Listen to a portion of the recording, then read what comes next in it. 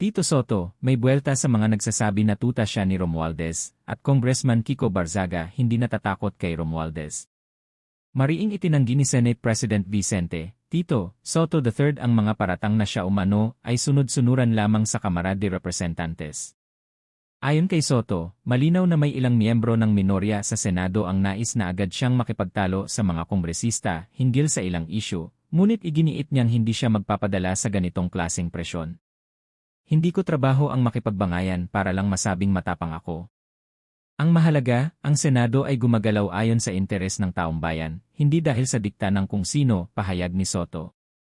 Dagdag pa niya, bagamat may kanya-kanyang pananaw ang bawat senador. Tungkulin ng liderato ng Senado na tiyakin na maayos ang ugnayan ng dalawang kapulungan ng Kongreso upang masiguro ang maipapasa ang mga batas na tunay na makikinabang ang mamamayan.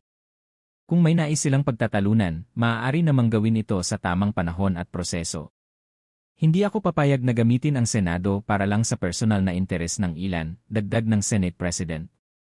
Samantala, hindi rin umano ikinakaila ni Soto na may ilang panukala at proyekto ang kinakailangang sabayan ang direksyon ng Kamara.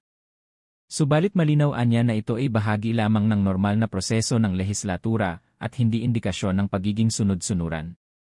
Sa panigma ng Kamara, nanindigan si Cavite Representative Kiko Barzaga na hindi siya matitinag kahit pamawalan ng budget ang kanyang distrito dahil sa matapang niyang paninindigan laban kay House Speaker Martin Romualdez.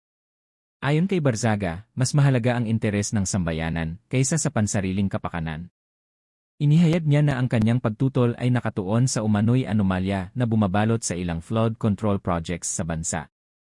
Kung ang kapalit ng pagtindig para sa tama ay ang pagkawala ng budget, tatanggapin ko yon. Hindi pwedeng manahimik na lang habang nakikita natin ang mali, giit ni Barzaga. Dagdag pa ng mambabatas, tungkulin ng bawat halal na opisyal na magsalita laban sa katiwalian, kahit pa ito'y magdulot ng panganib sa kanilang posisyon o distrito. Ang taong bayan ang tunay na nasasagasaan kapag may anomalya. Hindi ito laban para sa personal kong kapakinabangan, kundi laban para sa mga Pilipino, ani Barzaga.